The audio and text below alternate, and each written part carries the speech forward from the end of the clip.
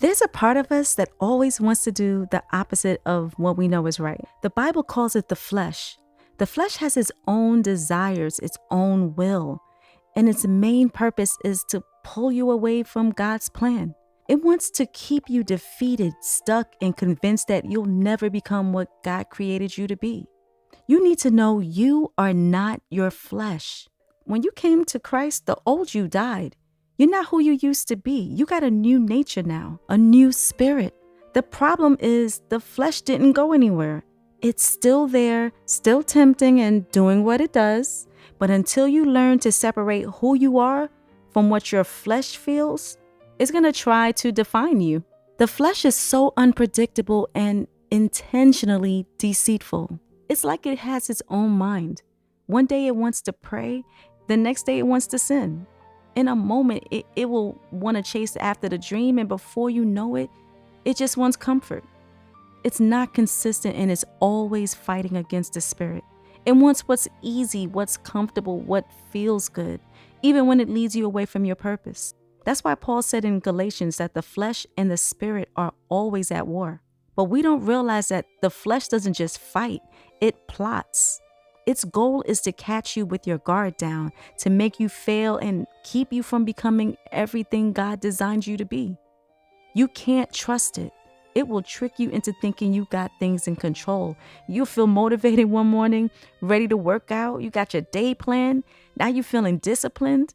And you're over here thinking, I got this. And then before you know it, you're back on the couch, binge watching shows, eating Cheetos and vanilla ice cream with caramel. That's the flesh. It pretends to cooperate just long enough to make you feel comfortable again. If you let your identity stay tied to your flesh, you're always going to be up one day, down the next, doing whatever your flesh feels like doing. That's not freedom. That's slavery to the flesh. True freedom comes when you allow the spirit to lead. So the first step is separation. You got to divorce your flesh from your identity. When temptation or laziness comes, don't say, I don't feel like doing it. Say, my flesh doesn't feel like doing it. You hear the difference? The feeling is real, but it's not you. It's not the spirit part of you that God renewed. When you find yourself thinking, I don't feel like praying, I don't feel like forgiving, don't identify with that. That's not you talking, that's your flesh.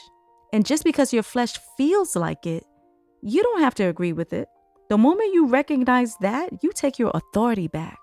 Your flesh wants to keep you comfortably stuck, comfortable in excuses, comfortable in fear, comfortable in disobedience. It fights against anything that helps your spirit grow. But be aware, every now and then, your flesh might actually feel like doing the right thing. And that's fine. But remember, that's still the flesh. You're called to obey God whether you feel like it or not. Don't obey the flesh because it happens to agree with the spirit today. Obey the spirit because it's right. Because when tomorrow comes and the flesh decides to change its mind, your obedience ain't going to move with it. If you only do right when you feel like it, the flesh is still in control. But when you do what's right because your spirit says so, that's when you walk in true freedom. The flesh can't bring peace, only the spirit can. This is where identity comes in. When you feel weak, that's not you. When you feel tempted, that's not you. When you feel like giving up, that's not you. That's your flesh trying to make decisions it doesn't have the right to make. And don't be afraid to actually speak to yourself. These are the times you got to encourage yourself and say, my flesh feels like quitting, but I'm walking in the spirit. I'm getting this done. That's what victory looks like. When who you are in Christ speaks louder than what your flesh feels. You're in the spirit. You are the one God redeemed and filled with purpose. You're not led by impulse. You're led by truth. So from now on, watch the words you use. Don't identify with what your flesh feels. If it feels lazy, that's the flesh. If it feels like quitting, that's the flesh, not you. God finishes what he starts, so quitting ain't in your purpose. Every time you choose to follow the spirit instead of the flesh, you're proving who you really are. You're proving you've been transformed. You were designed for more than what the flesh wants.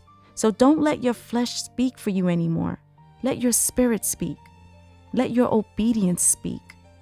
The moment you stop identifying with the flesh, you start living like the child of God you really are.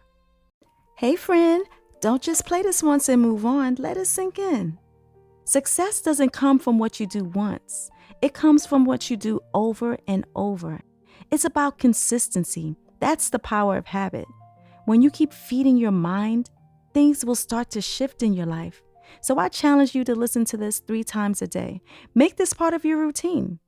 And when you finish a day, let me know in the comments. And if this helped you, share it, hit like, and subscribe. Let's keep growing together.